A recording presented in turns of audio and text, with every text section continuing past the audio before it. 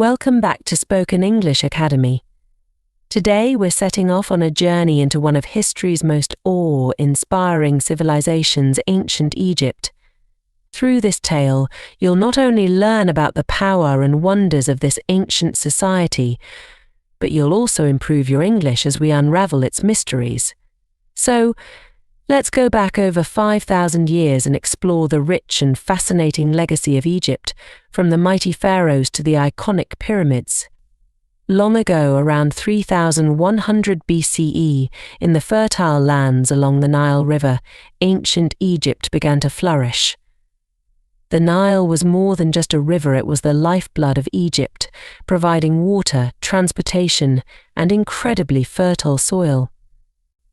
This allowed the Egyptians to grow an abundance of crops and build the foundation of their remarkable civilization. How did it all start? Historians believe it began when two regions, Upper and Lower Egypt, united under a single ruler, Pharaoh Nama, also known as Menes. This unification marked the dawn of a powerful civilization. As Egypt grew, it entered a period known as the Old Kingdom. This was an era of incredible stability and innovation, lasting from around 2686 BCE to 2181 BCE. During this time, the pharaohs were seen not just as rulers but as gods on earth. With this divine status, they commanded immense power. It was during the Old Kingdom that Egypt built its most famous architectural marvels, the pyramids. The most iconic of these, the Great Pyramid of Giza, was constructed for Pharaoh Khufu around 2580 BCE. This massive project took about 20 years and over 2 million limestone blocks to complete. These pyramids symbolized not just tombs, but the pharaoh's divine power and the Egyptian belief in an afterlife. But the glory of the Old Kingdom could not last forever. Over time, Egypt faced significant challenges. Droughts, resource shortages, and social unrest began to weaken its central government. By around 2181 BCE, the Old Kingdom had collapsed, leading to a time of disorder known as the First Intermediate Period. After a period of chaos, Egypt found its way back to unity, marking the beginning of the Middle Kingdom around 2040 BCE. This was a Renaissance period for Egypt, where pharaohs were focused on the welfare of their people, bringing about a stable and prosperous society. It was a time of cultural development, where art, literature, and architecture thrived. Leaders like Pharaoh Senusret I expanded Egypt's borders and fortified its defenses, but the peace of the Middle Kingdom didn't last indefinitely. Around 1782 BCE, Egypt once again fell into chaos during what is known as the Second Intermediate Period, facing invasions from the Hyksos, a foreign people who brought new technologies like the chariot to Egypt. Despite these hardships, Egypt rose again, stronger than ever, ushering in the New Kingdom around 1550 BCE.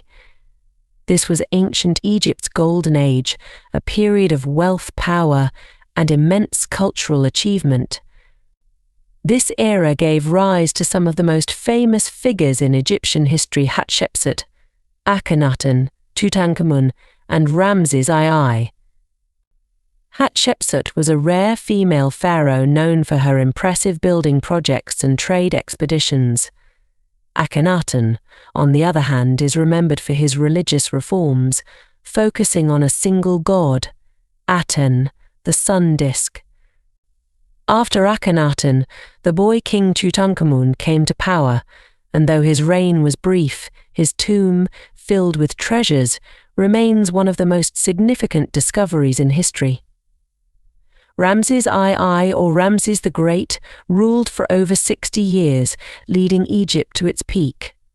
His achievements in architecture and diplomacy, including one of the earliest peace treaties with the Hittites, left a lasting legacy. However, the strength of ancient Egypt would eventually wane. After the reign of Ramses II, the new kingdom came to an end around 1070 BCE, and Egypt entered a period of decline. The nation faced repeated invasions from powerful empires like the Assyrians, Persians, Greeks, and later the Romans. Egypt's wealth and strategic location made it a target, and over time, the pharaohs lost control. Cleopatra VII, the last pharaoh of Egypt, tried valiantly to preserve Egypt's independence, even forming alliances with powerful Roman figures like Julius Caesar and Mark Antony. Despite her efforts, Egypt ultimately fell, becoming a Roman province in 30 BCE. So why did this great civilization decline? Egypt's fall resulted from a combination of internal and external factors. Internal issues like weak leadership and corruption weakened the society from within, while neighboring empires saw Egypt's resources as too tempting to ignore. With a weakened military, Egypt could not defend against these threats. Changes in the natural environment also played a role. The Nile's floods became less predictable, leading to food shortages that left Egypt vulnerable. Although Egypt eventually fell, its influence remains. The Greeks and Romans admired Egyptian culture, adopting elements of its religion and architecture. Even today, the pyramids, the Sphinx, and the treasures of Tutankhamun continue to captivate people around the world. The Egyptians left a legacy in language, science, architecture, and art. They developed an early calendar system, mastered the art of monumental construction, and wrote one of the earliest known scripts, hieroglyphics. Their understanding of medicine, astronomy, and mathematics was advanced for their time, and their deep beliefs in an afterlife influenced many cultures that followed. Thank you for joining us on this journey through ancient Egypt's rise and fall. I hope this exploration has been both fascinating and helpful in improving your English.